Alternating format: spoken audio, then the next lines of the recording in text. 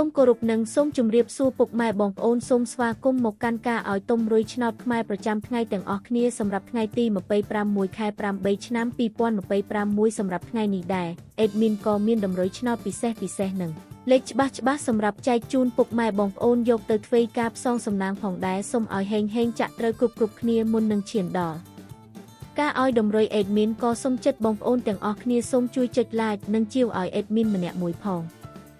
ដើម្បីមានភាពងាយស្រួលក្នុងការតាមដានតម្រុយឆ្នោតខ្មែរជារៀងរាល់ថ្ងៃនិងក៏ជាកម្លាំងចិត្តឲ្យអេដមីនក្នុងការធ្វើតម្រុយឆ្នោតខ្មែរចែកជូនបងប្អូនផងដែរតោះកុំឲ្យខាតពេលយូរយើងចូលមកកាន់តម្រុយឆ្នោតយើងនៅថ្ងៃនេះវិញម្ដងសម្រាប់លេខតូច2លេខយើងអេដមីនមានលេខ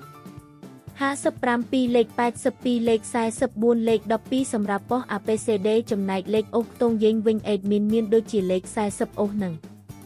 លេខ10អូសផងដែរចូលមកកាន់លេខធំយើងវិញអេដមីនក៏មានលេខ441គុណលេខ125គុណនិងលេខ574គុណផងដែរចាសសម្រាប់វីដេអូតម្រុយឆ្នោតយើងនៅថ្ងៃនេះក៏បានឈានមកដល់ទីបញ្ចប់ហើយនាងខ្ញុំក៏សូមជូនពរបងប្អូនទាំងអស់គ្នា